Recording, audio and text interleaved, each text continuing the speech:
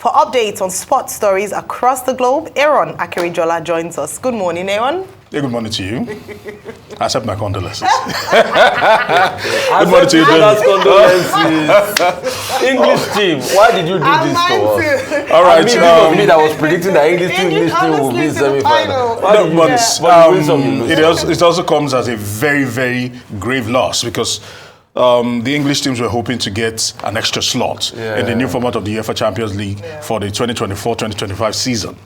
With both teams crashing out in the Champions League and looking like Liverpool might crash out today, West Ham United might crash out today, so they can actually bid that extra slot goodbye. But in the meantime, let's actually see. You already know the outcome of the Europa League match. It's looking dire for the English teams. It's even worse because it was delicately poised for the Champions League. But for the Europa League, it's almost an uphill task. I get your point. Yes. Germany has a better advantage. Yeah, they do. You know, they have heavily. They have Bayern Munich. So they have, yes. Part of the last four. Yeah, so they stand a better chance of getting that extra slot. Okay, so let's get it started. Of course, yesterday. Italy, of course. Yes, Italy with Atalanta and the rest of them. Yeah. Top of the coefficient calculation. So yesterday, the blockbuster fixture that was Real Madrid going to the Etihad Stadium to take on Manchester City meant that the final four now is Bayern Munich, Borussia Dortmund, Paris Saint-Germain, and Real Madrid. Two German teams. They would have ever thought that two German teams will actually be playing in the semi-finals of the Champions League. But of course, the results from yesterday saw Arsenal lose 1-0 and Manchester City lose on penalties, 3-4 to Real Madrid, who are perennial winners and are looking for the next step to just probably bolster their already rich Champions League trophy cabinet. Rudiger's face says it all. He scored the winning penalty and actually sent Real Madrid through to the next round of semi-finals after a very, very hard-fought 120 minutes where both teams could not be separated. 4-4 on aggregate. On the night, it was one apiece, and ultimately, the penalties actually separated both teams. As I say, the lottery of penalties, they say, from 12 yards, it can really sting. And I'm sure Manchester City are feeling the bite right about now. But they cannot actually sulk because they know that they have Chelsea this weekend in the FA Cup. So let's see how that one goes. But in the meantime, the Gunners, Arsenal, were hoping to do the unthinkable, go to the Allianz Arena and actually probably decimate the Bavarians. But Kimmich actually helped the team to the only goal of the day and ensured that Bayern Munich actually qualified for the semi-finals, while Mikel Arteta will be ruining all the opportunities. A very poor second half, and the charges there are a lot of questions being asked right now. What is really going on with Arsenal? Have they gassed out? Because right now they are looking like they've lost steam. Right now they're looking like they actually just out of sorts, especially in the second half. We saw that play out against Aston Villa. We saw that play out also against Bayern Munich. But let's see how it actually goes. They will need to dig deep. Arteta says the team is growing. They are not there yet. We'll have to wait and see. Let's see how it actually goes. Quickly, the Europa League tonight. More woes for English teams because Atalanta today will be welcoming Liverpool. Liverpool actually were hit for 3 at the Anfield just last week, Thursday, and they will need to overcome that particular deficit with at least 4 goals to be able to qualify, or 3 goals to take it to penalties. Let's see how it actually plays out. But other fixtures we'll see an all-Italian quarterfinals, AS Roma against AC Milan and Atalanta against Liverpool. West Ham United also were beaten blue-black by Bayer Leverkusen. After winning that particular trophy, they will be gunning for another. Then Marseille against Benfica. Away from that, yesterday, the International Olympic Committee did celebrate 100 days to the greatest sporting spectacle in the world, like they're calling it. But today it is 99 days, and it was really a fanfare, of course, in Greece, taking it back home. There were ladies actually lighting that particular torch. And when you take it to the Eiffel Tower and to France, where it will be happening, a lot is expected. But more importantly, there are talks that it's not, everything is not all set, as you can actually see. There are still finishing touches being done. But more importantly, the question everyone seems to be asking is what will happen, because they want to do this Olympic, talking about France, they want to host this Olympic like no other. This particular River Seine, will be hosting several games, and more importantly, the opening ceremony. Someone's also rowing. But that's not even the problem. The problem now is it is a nightmare, because they were expecting 2 million people to actually litter that particular river down the stretch. But right now they're saying that they will actually ticket it and reduce it down to 300,000 because of security problems. Let's see how it goes. But 99 days and counting. And let's talk about our man, Tunde Onokoya. As we speak, he's in New York, and right now 15 hours and counting. 12 wins, no losses, no draws at the moment. So he's been able to dispatch quite a number of people. And let's keep it going. And remember, he's gunning 58 hours is what he's looking for, a record there. And we here are cheering him on, and we know he can actually do it. The Niger spirit is always one that always pushes through, and kudos to him. And we'll still be monitoring that particular development, because it's still live. He's still playing. He's taking breaks here and there, but he's on. Okay. Come on, Tunde. Come on. Go get him, Tiger. All right, quickly, let's talk about the fact that the Nigerian Professional Football League, the results that actually came in yesterday, saw the likes of Rangers beating Abia Warriors, Ayimba beating Heartland, Bender Lishona also getting a massive win, 3SC also beating Lobby Stars 2-0, and Doma United drawing with Remo Stars, which was on Wednesday. So you look at all that, at the moment, it is still very, very tight on top of the table, if they can actually help us with the table there. And we are looking at almost like a photo finish with Rangers, Ayimba, and Lobby Stars all slugging it out. And finally, William Truss Ekong has said every wage that he will get from the Nigerian national team assignment will be bequeathed to charity. So we're wishing him all the best. There's a lot of people say this is a nice gesture. We're hoping they get paid on time and paid in full, so that some people in Akwa Ibom State can smile. All right, I'm really excited that William Truss Ekong decided to do that. That's a very laudable one, to be able to grow the sport and give back to the States. Originally he was born in the Netherlands, but he's done very well for himself over the years. Very sad one for both English teams. We really thought they could qualify, but I don't think that will also dampen the chance of the English team. You know why? Because over the years you've had English team do very well. We've had an All-England final in 2008. We've had a couple of All-England semi-finals and the likes, and English team has constantly done well, but this was just a sad one.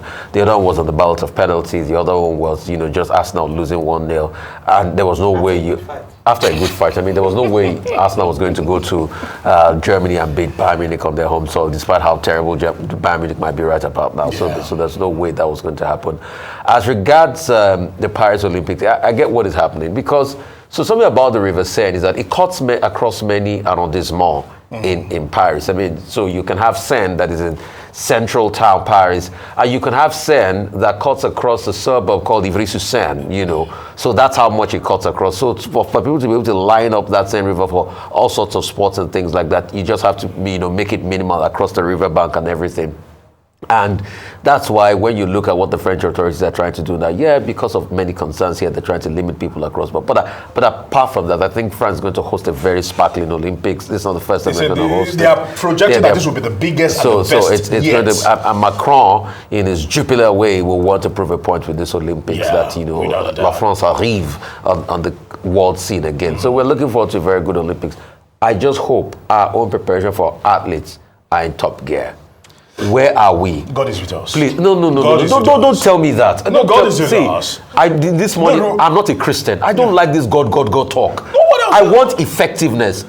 Have we been able to settle all the financial encumbrances from the All-African Games in Ghana? Stop saying God is with us. Not really. God does not help poor performers. Not really. So, no, but I must always say this. Individually, some federations have actually raise the bar and raise the ante. The likes of, I've said that, badminton, not forgetting wrestling. We're hoping athletics come good. Yeah, but Rufai has a very good point, because it's something we've raised, and let's not get to a few weeks and then we start discussing issues. We have not settled all African Games money. We are saying God is done. We need to Olympics. When we go there and go and disgrace Nigeria, we'll be calling God. You know, just like Arsenal fans are calling God. Sports ministry to account and the different federations. We don't want to get to, even though you said, and I agree with you, that if at this time we're just starting to prepare and plan, then it's already too late. Yes, well, at least let's start working. But two things I want to touch on.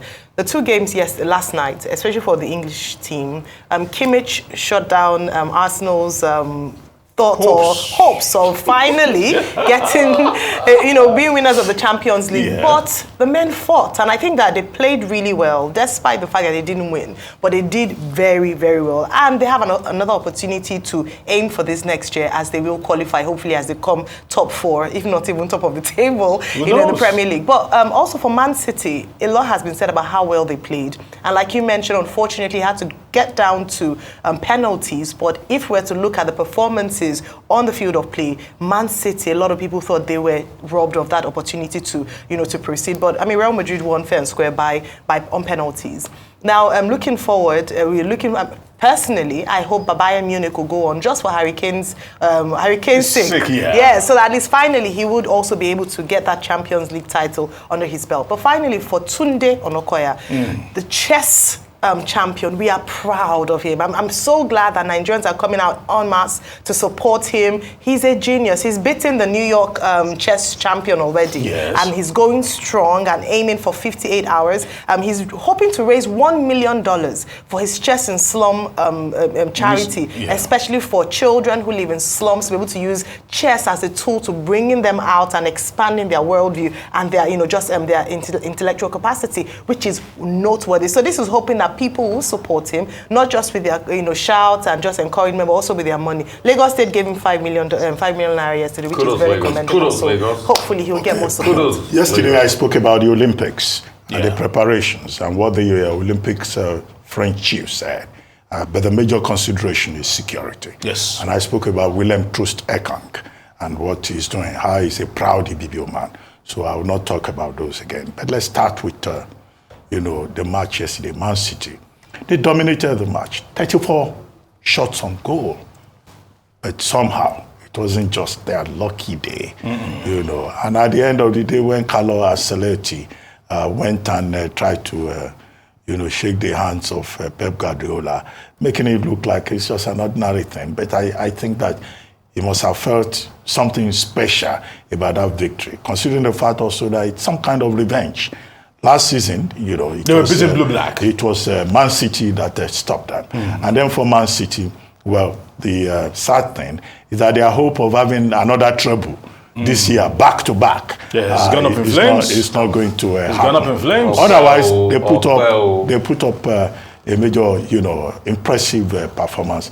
Even if in football, it's the goals that matter. Yes, they do. But they have another match this weekend, so maybe they will rest and then I'll pick up the pieces. Continue against Chelsea, right? Yes, Chelsea. On Saturday, FA Cup semi-final. So As for Arsenal, I've forgotten Chelsea. Not many people thought Arsenal would do something miraculous, except Arsenal fans like Mikel Arteta.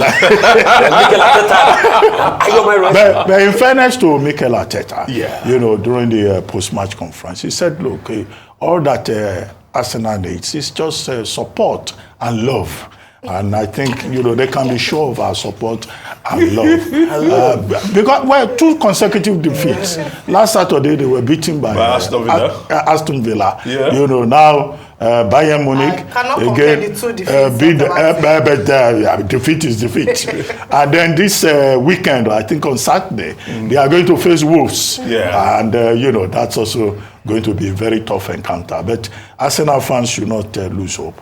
At least we see that... the progress has been made. Well, the last time they even reached quarterfinals in the Champions League was in 2010. Yes. So look at it, many years later. Progress has been made. So you can be optimistic. Previously, they used to beat us 5-1 Bayern Munich. Then Rafa Nadal, I thought you left him out.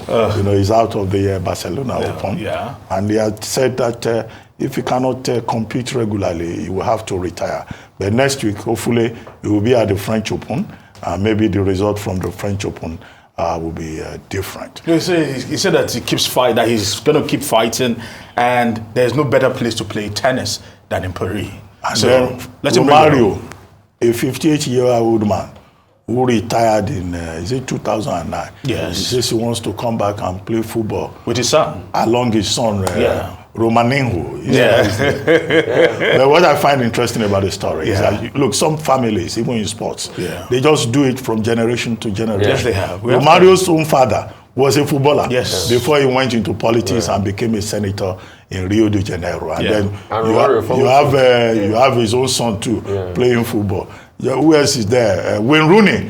Wayne Rooney also has a son playing football. Tiger Woods has a son playing golf. So they have quite a number of them. Very like interesting. Even like Xabi Alonso, for example, which means that some of these talents are inside the DNA. If you are an armed robber, the risk that you will produce an armed robber as a child is possible. That's why anyway, that's on the lighter side.